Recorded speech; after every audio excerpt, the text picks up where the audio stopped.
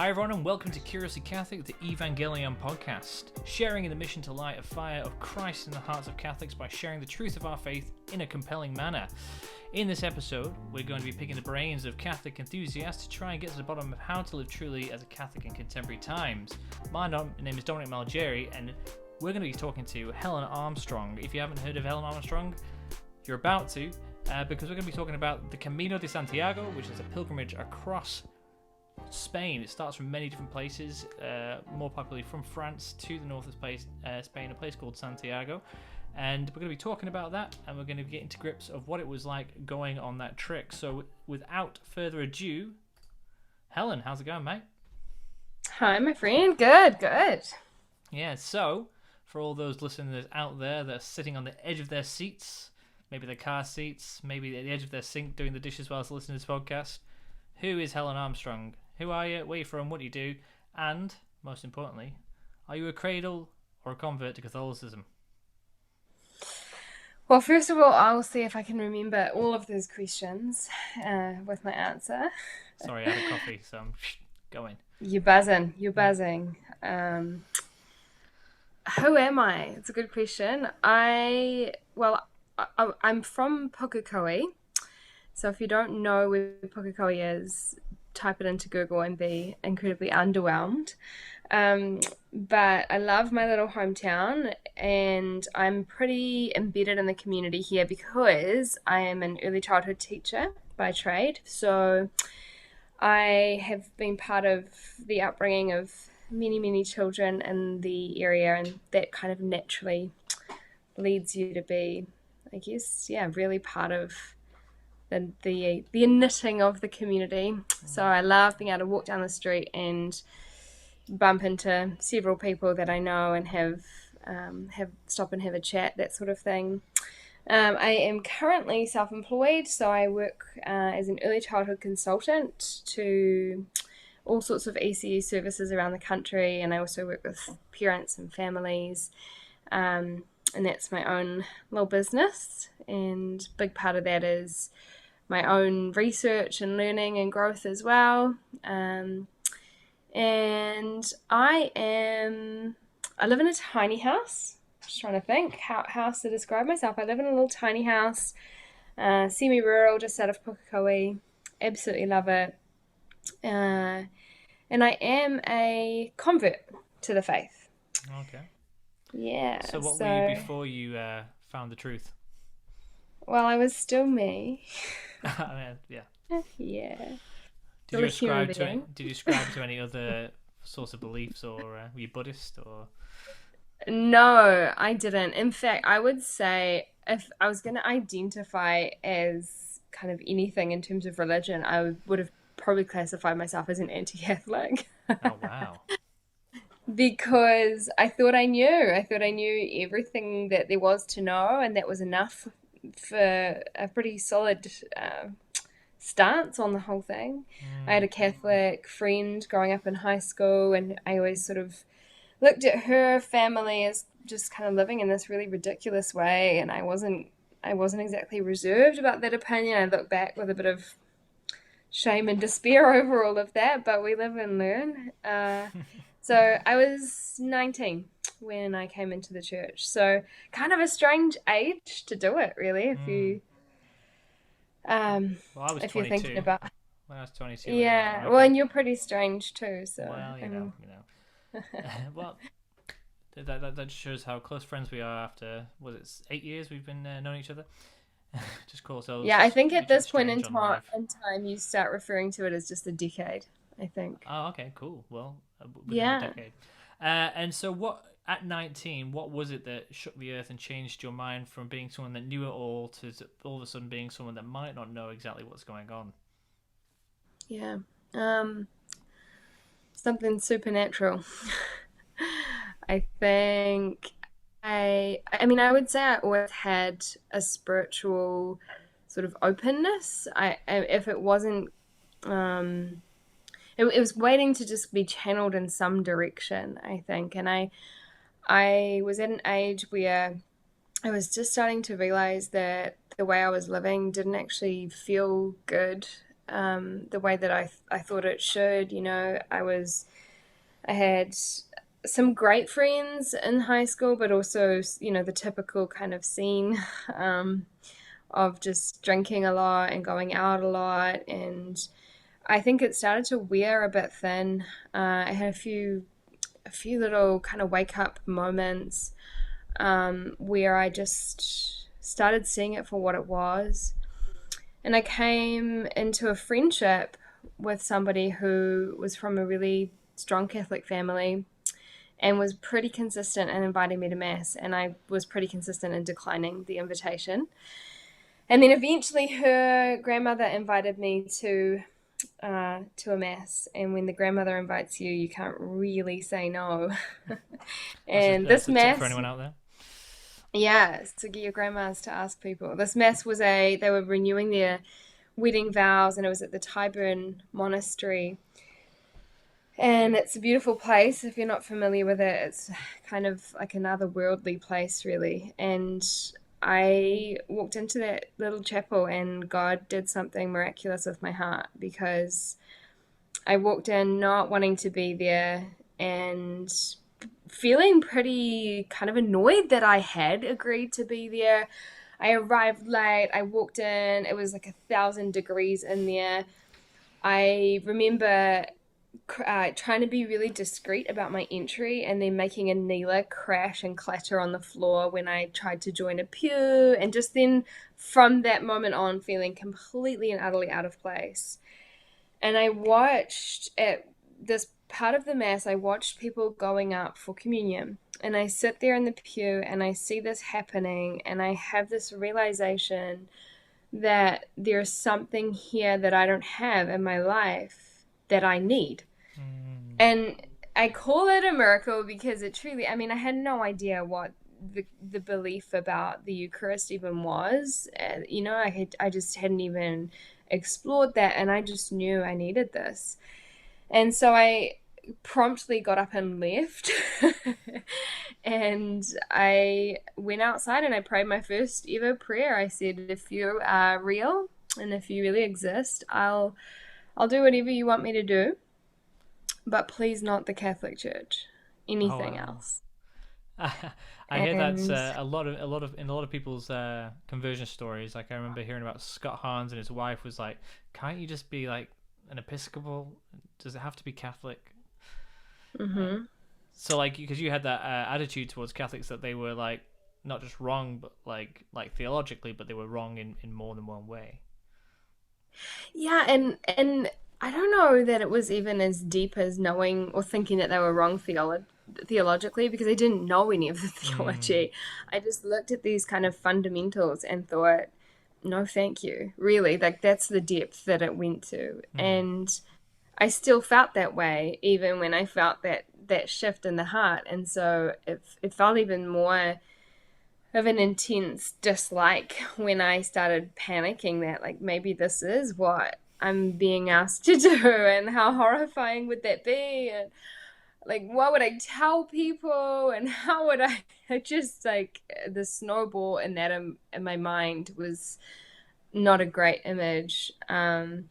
But it didn't go away, and I really, in the end, I felt like it came to a point where I couldn't continue to live without this being a really core part of my life. I started going to Mass with this friend, and I was cynical, and we would argue, and she was incredibly patient with me. If you were listening, Therese, thank you. Because I was strong-willed and stubborn and argumentative, and I kept coming back. And eventually I walked away for a little while, and I thought I was pretty proud of myself, actually, when I walked away. I'll show them. And I missed it immensely, and I just knew I'm being asked to give up pretty much every part of how I've known life to be. My family, very much so, anti the church as well. The way I was living, my friend circles, it was just, you couldn't have found something more foreign to the way that I was used to life being. And And it took a year of discerning and arguing and leaving and returning, and then I decided to do the RCIA, and there was a lot more arguing and leaving and returning. And then the following Easter, baptized, confirmed, first Holy Communion, all in the one night, while my family sat there like they had just been shocked by the most shocking scene you could imagine. Yeah, yeah. So, And yeah, well, I guess that's at least you know that, you know, you definitely want to enter church after all that arguing and leaving and coming back. You know, it's not just one of those things like, oh, I need to be Catholic, baptize me, see you later. It was like it was a real process, a real coming to terms with yeah. it and fighting against it, and there's kind of a lot of beauty in that. Yeah, I mean, I think, the imagery of really wrestling with God um, is really accurate for me in that season. I didn't go down without a fight. I was so determined to hold on to what I thought I wanted life to look like and who I thought I wanted to be. And I mean, I look back and I think probably because of that, I really did explore things in a really in-depth and robust way. I wasn't satisfied with a simple, paragraph in the Finding God booklet that they gave us. I would question and challenge and push, and as a result, I guess the depth that I found there is what really held me there in the long term. Um, and I'm kind of hesitant to say how many years it's been since, but it's been, let's call it a decade, Dom. And and I think a lot of people in my life really thought it was going to be a novelty that wore off, or a bit of a, I had family who sort of sat me down and tried to, talk to me about, being persuaded by cults and things like that. I had a lot of concerned people in my life, and I think I mean, at that stage, I felt like I was kind of torn in these two directions. Like, I'm very much a kind of independent person, and here's this one side that I feel really pulled to, and then here's this other side of like my people and my life and my family telling me, no, don't do that, it's crazy, do you know what the Catholics are like? So I'm in the middle, and my nature is like, well, I want to do the opposite of what anyone else wants me to do. And so I felt so torn. And really the only way, I look back on it now and I think the only way that it was possible it worked out the way it did is by God's grace and a true miracle. And that my heart was just truly changed. And I mean, it's a continual process, right? I still consider myself a baby Catholic, just slowly trotting along and figuring things out. But Yeah, well, I think it's the best we can all hope for. I just started reading Saint Teresa's the life of Saint Teresa of Avila, and on the first page she just says, "Look, I wanted to write. I would have felt a lot better if I could have told everyone how awful I was all the way through this, but I was told not to. So I'm just going to say it here. I sin a lot, and not only do I sin a lot, I'm like she says she's wicked, but she goes, I keep on doing the things that I know are bad. I know the bad what I'm doing, and I'm still doing them anyway." And I'm like, oh, okay, so I'm not so bad. She's a saint, a mystic, a doctor of the church. I'm all right. But yeah, I think it's just that constant, like, every day, okay, I'm just going to carry on giving this a go. Try your best, fall over, get back up, dust yourself off, go to confession and crack on. But yeah, I mean, it's just a beautiful story hearing that, like, the rawness of it all. It's a real story. It's not a like a pristine, peachy clean, squeaky clean story. It's also not one of those like dramatic stories as like, oh yeah, I was doing drugs and sleeping around and then I met God and then I never did it ever again. It was this whole process, and I think it's quite encouraging hearing that sort of stuff. And yeah, thanks for sharing that with us. So you went from this person that was anti-Catholic to someone that became a Catholic, and then you decide to travel to the other side of the world, like almost literally, because I believe Spain is directly opposite to New Zealand, and walk 900 kilometers over 3 months. Mm-hmm. Yeah, well, I suppose it depends how fast you walk, but I could probably do it in a week. yeah. It's 5 working days for you, Dom. Yeah, thunder thighs. Anyway, so how long did it take you to do it, and where did you start? So this is the for those listening, El Camino de Santiago, the Way of Saint James. So where did you start, and why is it called the Way of Saint James? Well, I mean, the history of the pilgrimage is that it's St. James himself that, really navigated those first steps. And some of it's an incredibly historical walk because some of the original Roman road is still there. I mean, it's just truly something that it's, again, like I used the word otherworldly before, and I'll use it again because it really does feel like that. The history and I guess the age of the tradition as well is incredibly rich. And you're going to come across these little churches with, relics and all sorts of incredible things like that until eventually you're going to hopefully make it to Santiago, where there is just a rich abundance of all that sort of thing. Like the idea of the pilgrimage kind of therein lies. So I started in Burgos, so I did not walk the full 900 kilometers. Time was my issue with that because I had taken sabbatical from work and I didn't have all the time in the world, and that's probably, there's a little piece of my heart that wants to kind of, yeah, well, it does. It wants to go back and it wants to start from St. John and walk the Pyrenees and do the traditional route from France.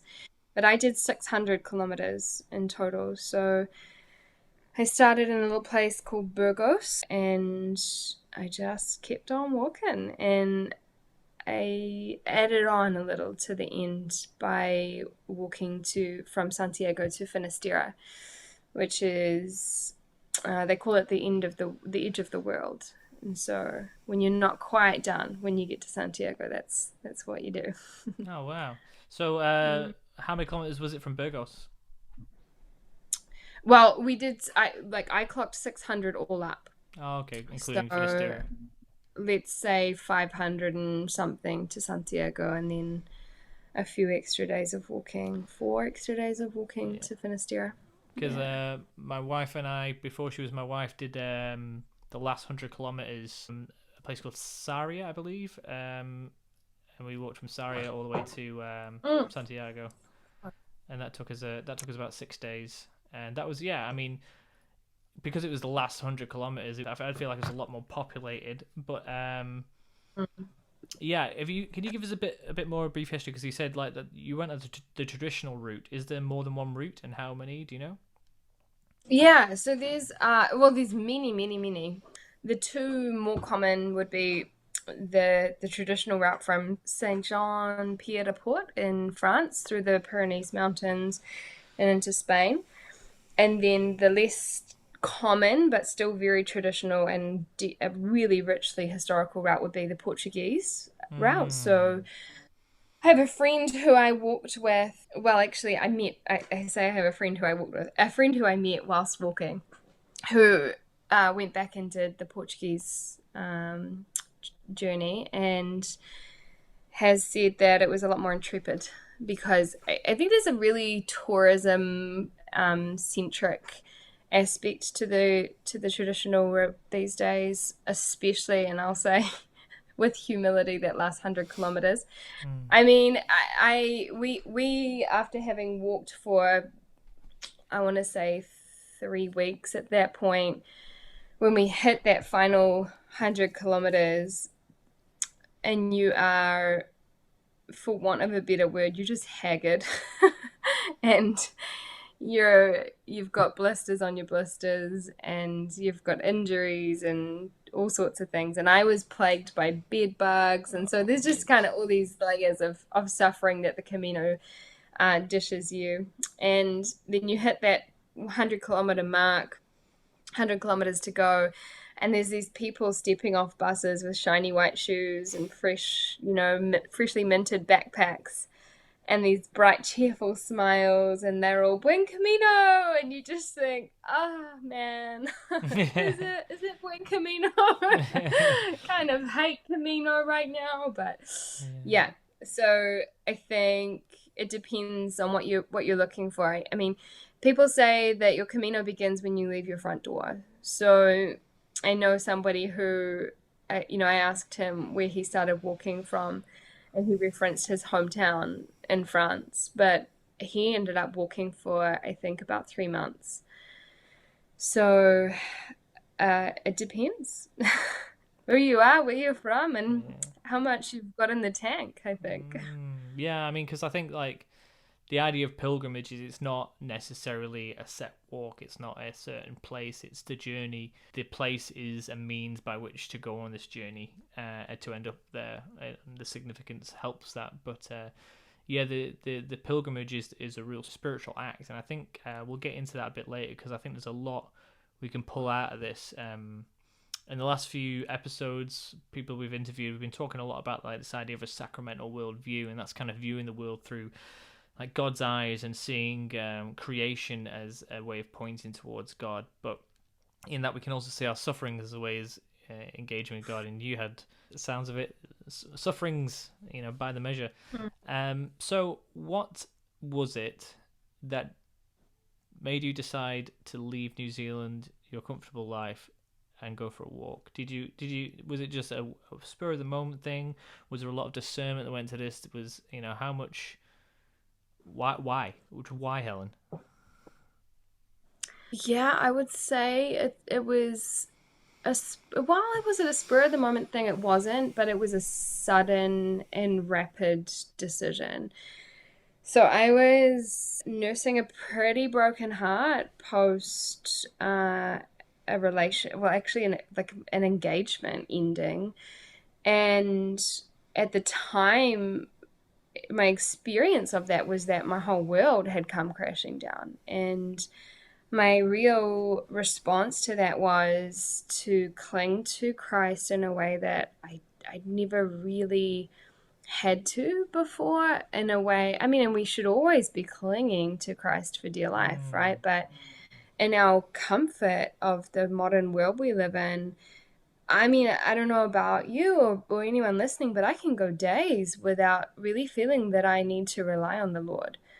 It's a discipline to instruct my mind to rely on the Lord in my day-to-day life. When something brings you to your knees, when you have a faith, there's an opportunity there to really, I mean, I think it's St. Augustine says, in my deepest wounds, I saw your glory, Lord, and it dazzled me. And I feel like that for me had become a little bit of a mantra. And I knew I needed to get away. I knew I needed to leave my current situation of just being in an environment that I was still acutely aware of the loss and the heartache in this environment. And so I booked a plane ticket, and I was Auckland to London, and I really kind of had it open from there. And it was a last minute decision to go on the Camino.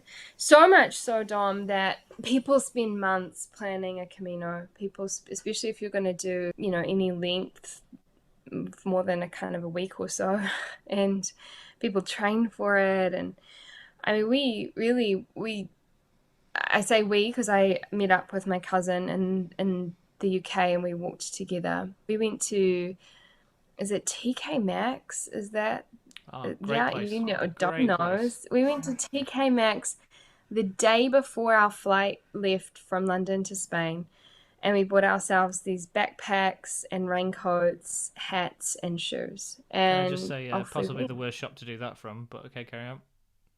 Okay, well, I was just fresh out of New Zealand at that I suppose point. that's just also saying like how last minute this was. It wasn't a fun thing. It's really speaking to that, yeah. And we arrived, and people laughed. Like, people truly laughed at these Kiwi girls who, I mean, we had people who would just take one look at us and say, "You're not going to finish this thing. There's just no way." Like, I had a guy who said to me, Nice trainers. They won't last the distance. Mm. Uh, he wasn't wrong, but I think we have a bit of a Kiwi disposition toward, the she'll be right mentality Yeah, is yeah, is yeah, yeah, strong.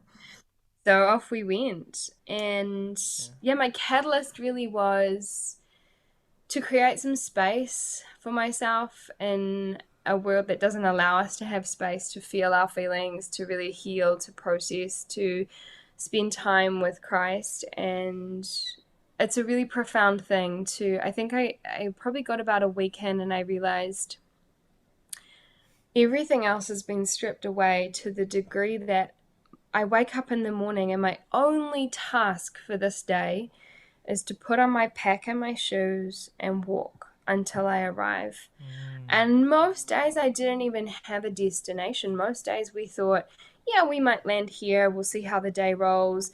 There'd be days where we felt strong and we'd walk sort of 35 kilometers in a day. There'd be days where we felt really that was not on the cards and we would walk 12. So you sort of, everything else just is irrelevant when this is happening. And we had very little, I had no internet on my phone, I had no distractions.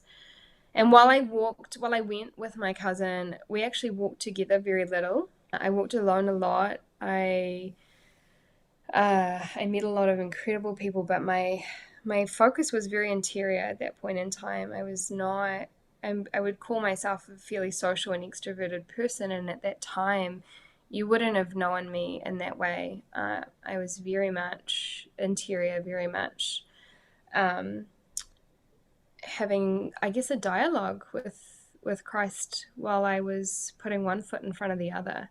And I remember realizing about a weekend, this is an opportunity that I probably won't experience in this way again. Mm. And I felt the real need to sort of hush everything else in my life just to be fully present in that way. I wrote a lot. I kept a little blog that I would update whenever we got to a bigger town or a city that had internet for us.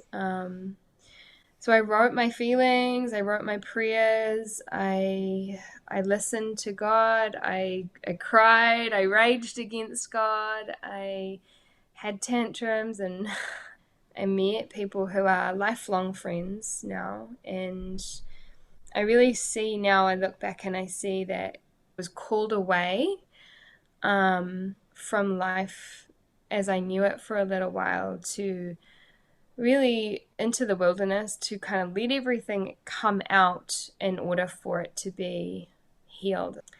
And I think in day-to-day life, we're so inclined to stuff things down, to conceal things, to pretend we're okay when we're not. People have an expectation if you're going through something difficult or if you're grieving that you will maybe accept for a time and then you'll move on. And I think I've really realized you can't.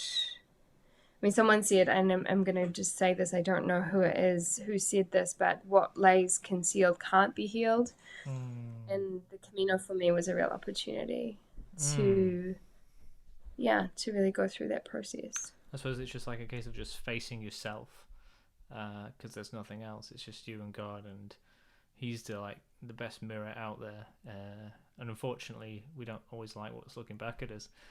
But I was just thinking, we were poking fun at the TK Maxx and the cheap shoes and stuff, but I think again looking at that through God's eyes, it's a really good analogy for ourselves as you can have the best shoes and you can be all prepared for everything, but in real life, we're thrown into situations. Often, people say, "Oh, if I was in this situation, I'd do this, this, and this," but we're not often given the time to plan. I was discerning to leave my old job.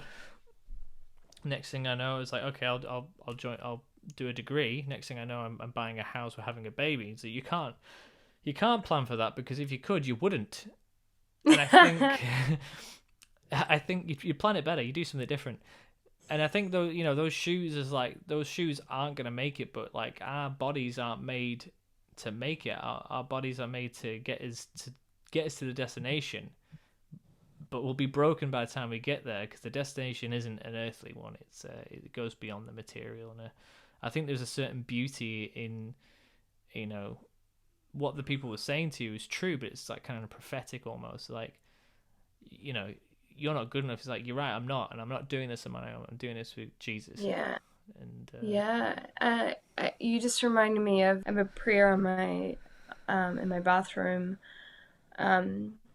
Deliver me, Jesus, from the false belief that I have what it takes. And that's the messaging, in the world is you can do this. You've got what it takes. You're amazing. And yeah, we are, but we're nothing without Christ. And I think as well, we were always inclined to I was going to say even, but I'll say especially as Christians, we are inclined to find a way of making ourselves more comfortable. So my inclination toward that normally, if I would have a period of time to prepare and plan, would be to research the most comfortable walking shoes least likely to give me blisters.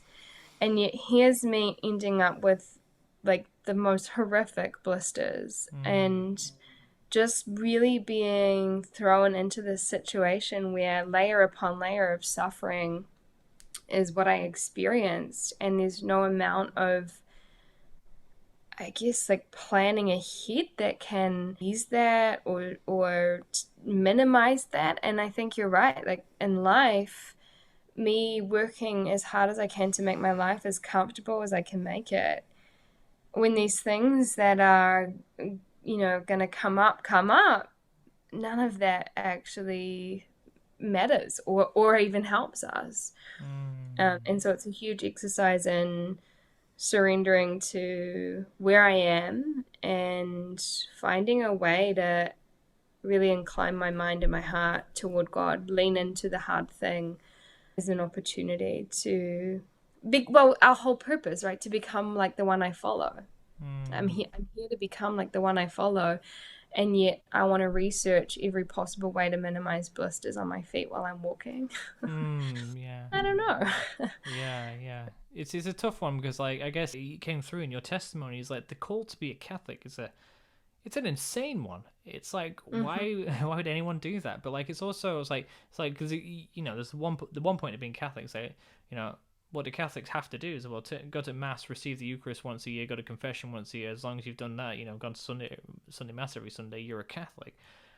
But that's not what being a Catholic is as well. I mean, whereas technically you are a Catholic, anyone who's baptized Catholic is a Catholic. The call to be Catholic is to change your life completely. It's to dilate your heart, to feel the suffering of Christ and bear it with joy. And the more we look into it, it's like, actually this affects how I invest money, how I buy a house, how I interact not just with people, not just what liturgy I go to at mass, but like what job I do, what's moral, what's right. And I think it all comes down to that. We need those periods of retreat where we can face with ourselves and we can be disconnected from everything.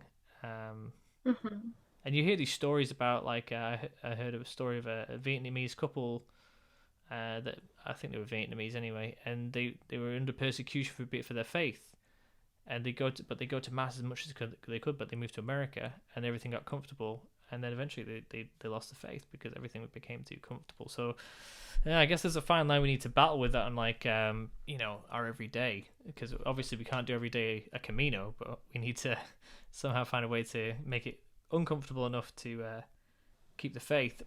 So you went on this as a kind of like soul searching mission. You discover who you are, because you said you were on the path to marriage, you were engaged, and then all of that disappeared. So I mean, that's gonna shake you up. And obviously, this was a spur of the moment thing, but like, did the Camino heal you? What fruits did you get from it, and like, how did it do that, would you say?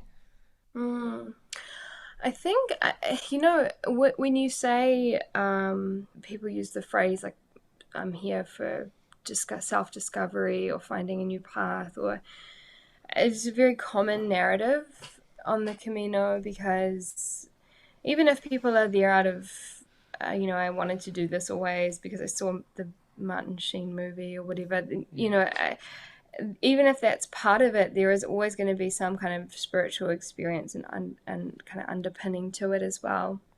But I would say, rather than sort of redefining myself, I was there to bring everything. And I didn't realize this at the time, but I was there to bring everything to the foot of the cross and lay it all down. So you have, I mean, I was 22. I was in a situation where I wholeheartedly believed I was about to marry somebody and step into this sort of white picket fence scenario for my life. And in the midst of all of that, I definitely hadn't lost my faith, but I'd lost my my real sense of sureness about my faith. I was engaged to a incredible man who was not Catholic, and it's a really challenging dynamic to be trying to navigate when you're looking at, you know, lining your life to somebody for the rest of your life. And so there was things that sort of came up as compromise, and it became in my heart quite a grey area, or quite an area of uncertainty in terms of how I felt about my faith. And I saw in the end my faith as being one of the causes of death of the relationship, really. And so I was angry with God. I was angry that something I desired so much in terms of, you know, marrying somebody I loved and starting a life together, I was grieving the loss of that. And I was furious, which, you know, it's an interesting place to be in when you're also really hurting and you need comfort from and you know, healing from God, but you're also really, really wildly angry with him at the same time. And there's a place in the Camino, I can't remember how far in, it's called Cruz de Fierro, and it's a cross on a hill where people go and they lay something down. And it's different for everybody. Everyone has their own experience there. And essentially, what I did was I sat, and this is getting really personal now, but I sat and I prayed and I wrote my little message out of what I was letting go of. And I remember ending this message with, I give you all my hopes and dreams. And I'm speaking to God and I'm saying, I give you every hope and dream I ever had, and I lay it here at your cross, and I carry on walking. And so I don't think I was discovering myself so much as I was really letting go of who I thought I was striving to be, to become more of who God wants me to be.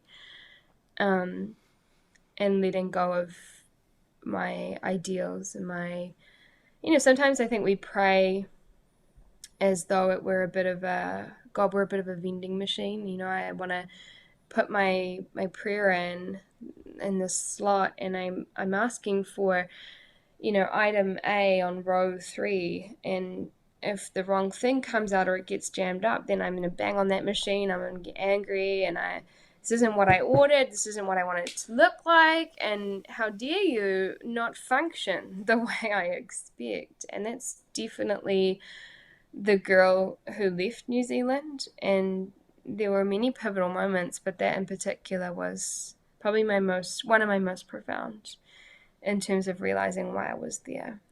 And so I can't really say the Camino healed me, but the space and the experience that the Camino provided was a catalyst for me to really crack the heart open. I think we think our hearts are broken, but God wants our hearts so wide open that he will break them. I mean, Fulton Sheen said the good Lord will break a person's heart to get inside it. And I think this relationship ending and this marriage not going ahead was the beginning of like a fracturing of the heart. And then the Camino really just broke it all wide open and poured it all out so that it could be begun to be knit back together again.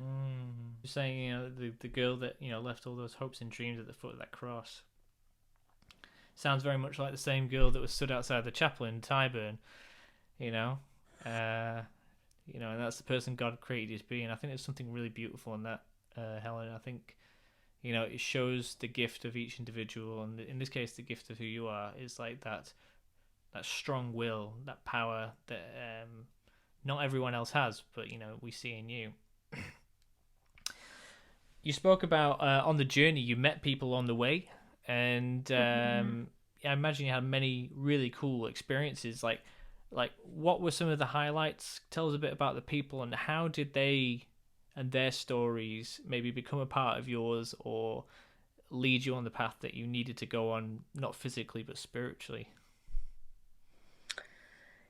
Yeah, well, I mean, the spiritual and the physical become pretty closely intertwined on the Camino, because your suffering is often physical, and I think there's an inclination to again towards comfort that leads us to be a little bit like a toddler when we're hurting inside and we're thinking, Lord, I'm here so I can be close to you, and I'm here so I can have this spiritual experience and I can heal, and you allow me to get bed bugs and you allow me to injure myself in this really horrible way, and it's like 40 degrees Celsius and it's pretty hateful at times. And so there's almost like a bit of a romantic notion about the Camino that has to die.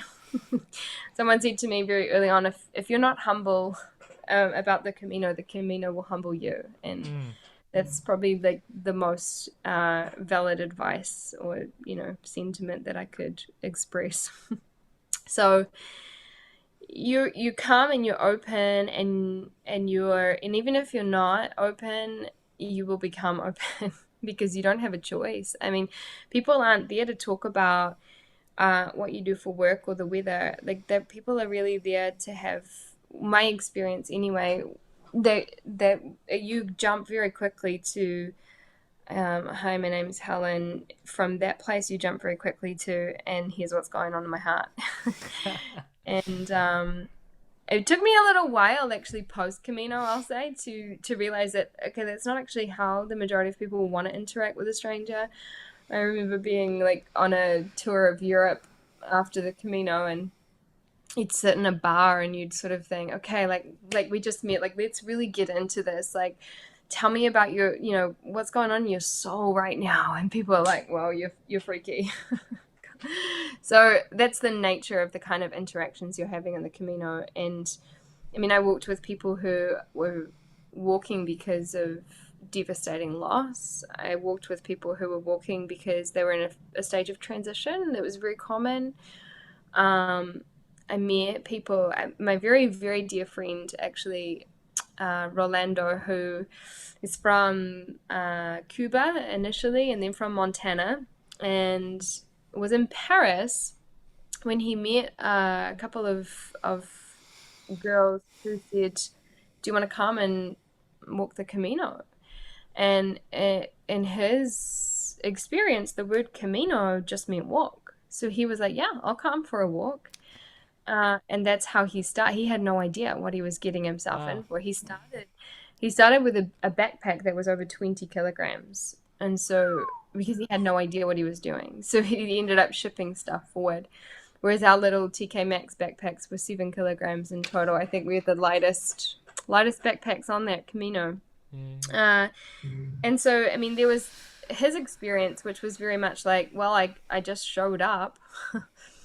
And then I remember meeting a man who was carrying his wife's ashes. So you just, and this could be, you could, encounter these people in the same day. I have a friend who I still have monthly Zoom catch-ups with to this day, who was the pastor of a church in California, and his role was wound up and he was experiencing some loss and transition and grief as well, and was his catalyst for being there, and he became somewhat of a spiritual mentor and a father figure to me in a time where I desperately needed that. And so I feel like God really provides not only what you need for the journey in a physical sense, but in terms of community and companionship, and people to speak into your life at the right moment. And it's such a unique and profound thing to encounter people where you just introduced yourself and now you're hearing this really intimate thing about their life. And I mean, there are people who just have no interest in having that kind of conversation as well, and you learn to read that and either walk in silence for a long time, became very comfortable with silence. Right. Is if you're walking 8 hours that day, there's only so much conversation can be had. No, and I think, silence is where we hear God most. And like I said, I only did the week, and I reflecting is like I didn't know what I was doing, and it wasn't. I was going to we can stop at a bunch of churches on the way, and there were some highlights and some lowlights. But like one time, me and my friend Minson, we both got food poisoning from a bad batch of cherries, tastiest cherries I've ever had in my life. But we had to walk for a whole day with food poisoning. But we only did the week of it, so it wasn't too bad. And like all the places we stayed had like real beds, no bed bugs. I guess they were kind of plush in retrospect.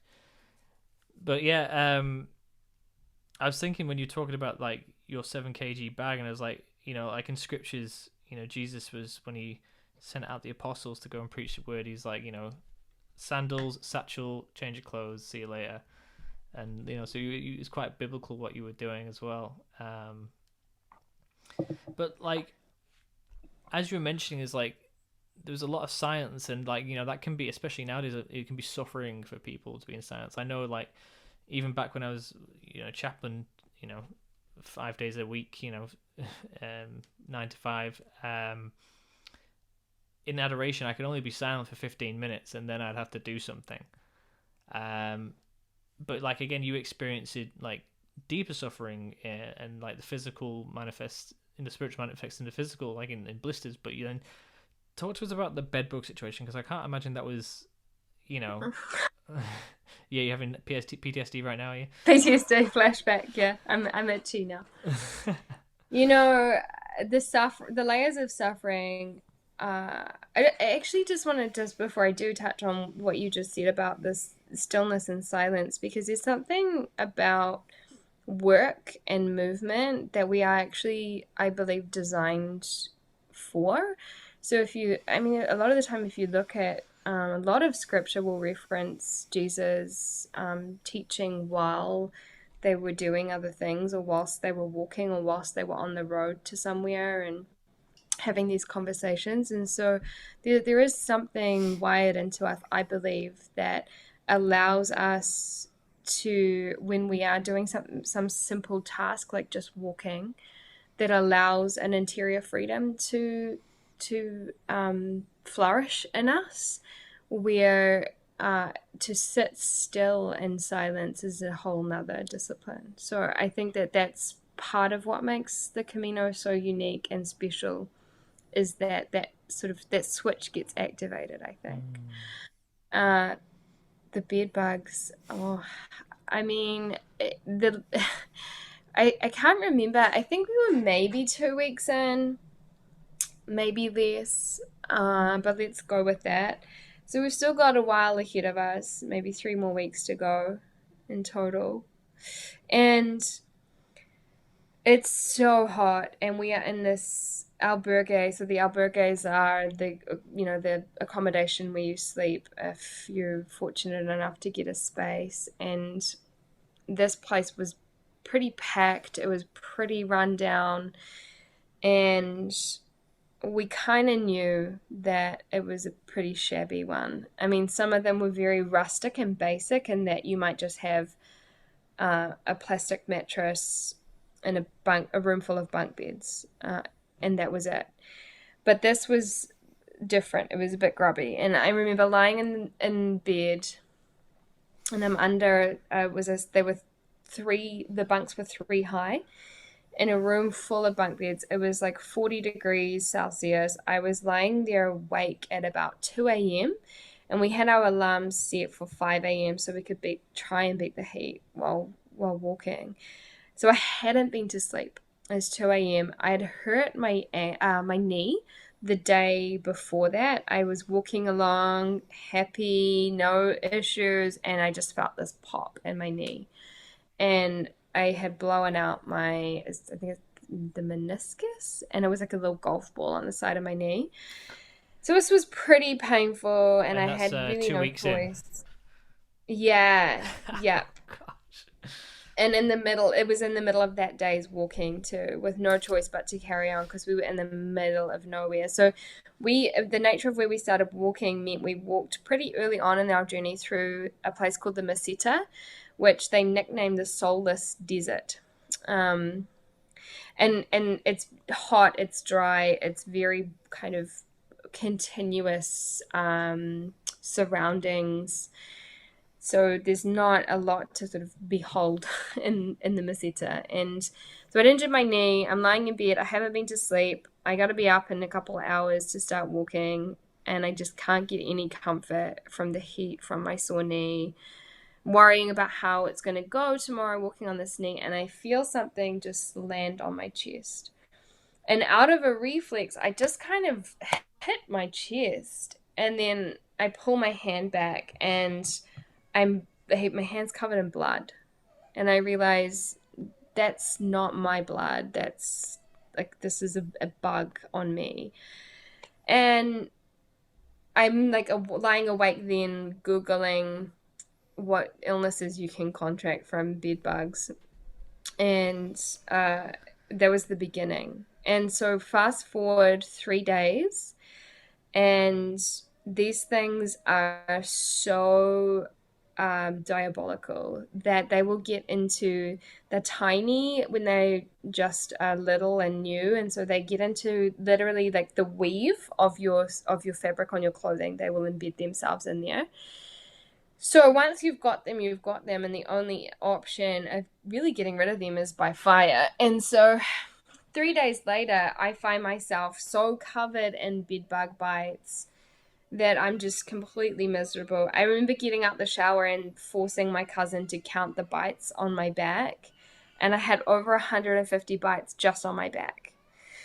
So I don't think I've ever really been that miserable before, and not since.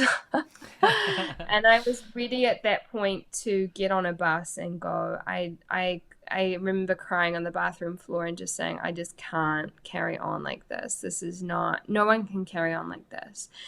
And the next day was probably one of my most brutal days on the Camino, I would say. I remember walking along for hours and hours alone because I was in such a foul mood that everybody kind of was kind of kindly giving me space or selfishly giving me space, I'm not sure. But I gave up. And I sat down under a tree, a little twig of a tree, and this thing was like giving me maybe 2 square centimeters of shade.